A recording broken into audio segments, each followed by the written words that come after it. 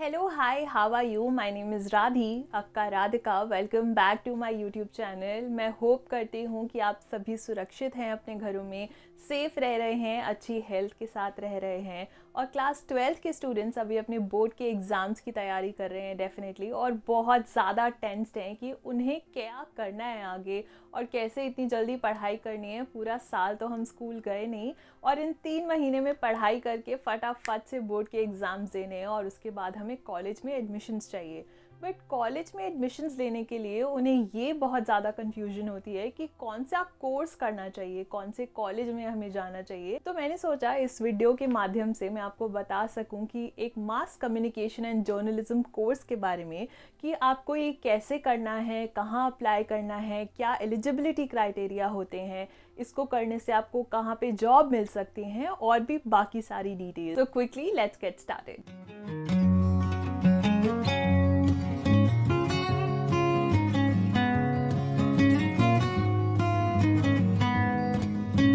तो सबसे पहले मैं बात करना चाहूँगी कि इस कोर्स को करने के लिए क्या क्या एलिजिबिलिटी क्राइटेरिया होता है और किस किस स्ट्रीम के स्टूडेंट्स इस कोर्स में पार्टिसिपेट कर सकते हैं।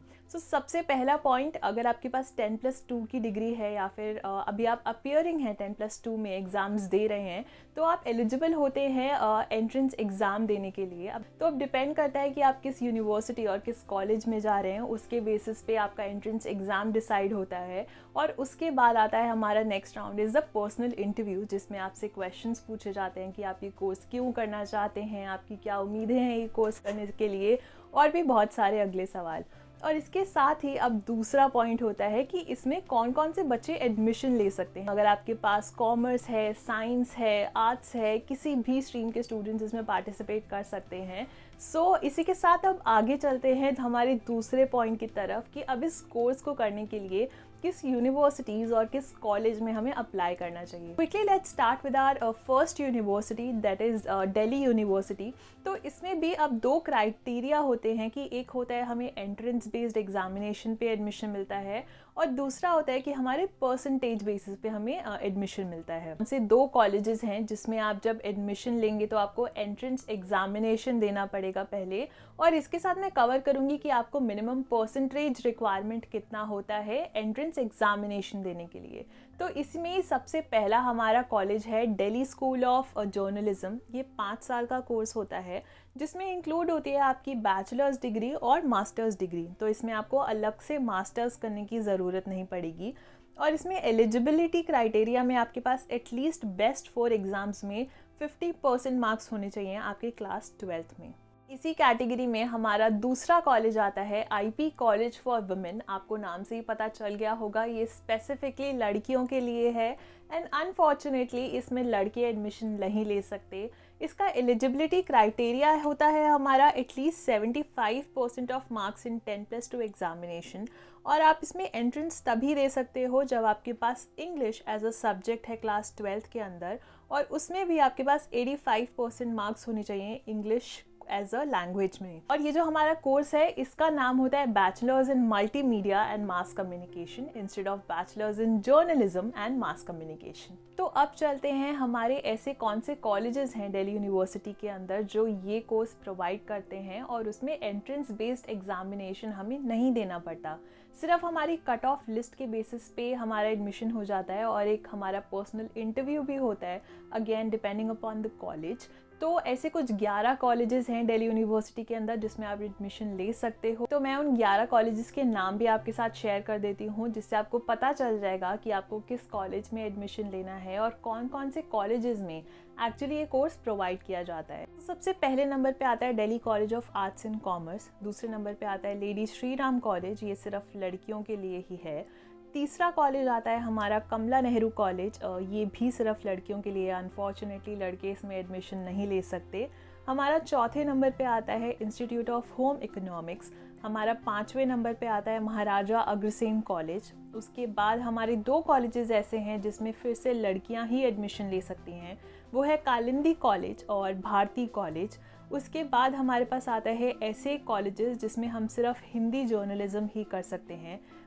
नाम आते हैं डॉक्टर भीमराव अंबेडकर कॉलेज, अगला है रामलाल आनंद कॉलेज, उसके बाद है श्री गुरु नानक देव खालसा कॉलेज और उसके बाद है अदिति महाविद्यालय। इन 4 कॉलेजेस में जो मैंने आपको आखिरी में बताए, इसमें हमारे पास हिंदी जर्नलिज्म करने की एक अपॉर्चुनिटी होती है।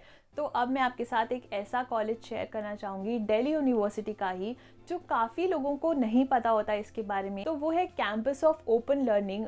ये हमारा केशवपुरम में पड़ता है दिल्ली में। पास ऑलरेडी एक डिसिप्लिन की डिग्री हो, वो लोग यहाँ से ये कोर्स कर सकते हैं। बहुत ही हेल्पफुल होता है। डेफिनेटली हमें रेगुलर तो नहीं जाना पड़ता, इसको कंसिडर कर सकते हो अगर आपको रेगुलर कोर्स ना करके दिल्ली यूनिवर्सिटी से सिर्फ डिप्लोमा कोर्स करना हो, पार्ट टाइम कोर्स करना हो, और ये सिर्फ ख़त्म हो जाता है 6 महीने के अंदर। चलिए अब आगे बढ़ते हैं हम अपनी दूसरी यूनिवर्सिटी की तरफ, जो है गुरु गोबिंद सिंह इंद्रप्रस्था यूनिवर्सिटी, जिसे लोग आईपी यूनिवर्सिटी के नाम से भी जानते हैं। और इसमें एडमिशन लेने के लिए आपको एक एंट्रेंस एग्जामिनेशन देना पड़ता है, जो होता है CET examination by IP university. और इसको देने के बाद एक रैंक मिल जाती है। उसके बाद उस रैंक के हिसाब से आपको कॉलेज एलोकेट होते हैं। तो अब बात करते हैं ऐसे कौन कौन से कॉलेजेस हैं जिसमें आप एडमिशन ले सकते हैं। Vivekananda institute of professional studies, एक हमारा होता है Tecnia institute of professional studies, एक होता है हमारा Trinity institute of professional studies, एक है महाराजा अग्रसेन इंस्टीट्यूट, एक है जिम्स, ये वसंत कुंज में है। और इसके बाद भी हमारे पास बहुत सारे कॉलेजेस के ऑप्शंस होते हैं आईपी यूनिवर्सिटी के अंदर एडमिशन लेने के लिए। तो मैं इस स्क्रीन पे डिस्प्ले कर दूंगी, जिससे आप गो थ्रू कर लें, आपको पता चल जाए कौन कौन से कॉलेजेस अवेलेबल हैं। तो ये दोनों यूनिवर्सिटीज़ ऐसी हैं जिसमें बहुत सारे लोग प्रेफर करते हैं कि पहले हम इसमें अपना लक ट्राई करें कि इसमें एडमिशन्स हो जाए। और इसके दूसरे हाथ पे हमारे पास आती है हमारी प्राइवेट यूनिवर्सिटीज़, प्राइवेट कॉलेजेस। उसकी भी लिस्ट दे देती हूँ इन केस अगर आपको वो चेक करना हो। बट डेफिनेटली ट्राई करना कि पहले आप दिल्ली यूनिवर्सिटी से ट्राई करें, उसके बाद आईपी यूनिवर्सिटी से ट्राई करें। तो अब इसी के साथ हम आगे चलते हैं और मैं आपको बताती हूँ कि इस कोर्स के अंदर क्या क्या कवर किया जाता है, किन किन मीडियम्स के बारे में पढ़ाया जाता है। तो जैसा कि नाम है जर्नलिज्म एंड मास कम्युनिकेशन, तो जर्नलिज्म हमारी 2 प्रकार की होती है।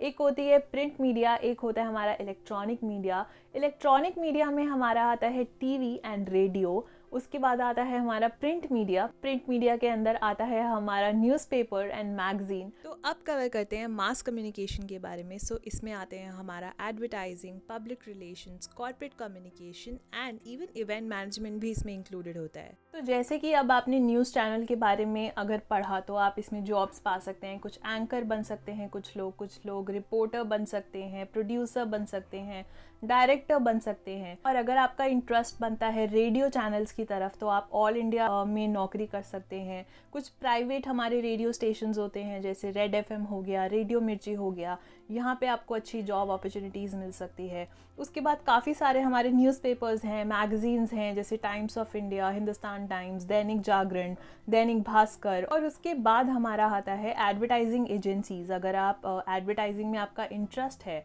तो आपको एडवर्टाइजिंग एजेंसी में जॉब मिल सकती है। उसके साथ हमारे पास डिजिटल और मीडिया एजेंसी में भी आपके पास स्कोप होता है जॉब लेने का। और इसी के साथ अगर हम आगे चलें तो आपका आता है PR, जो होता है public relation and corporate communications.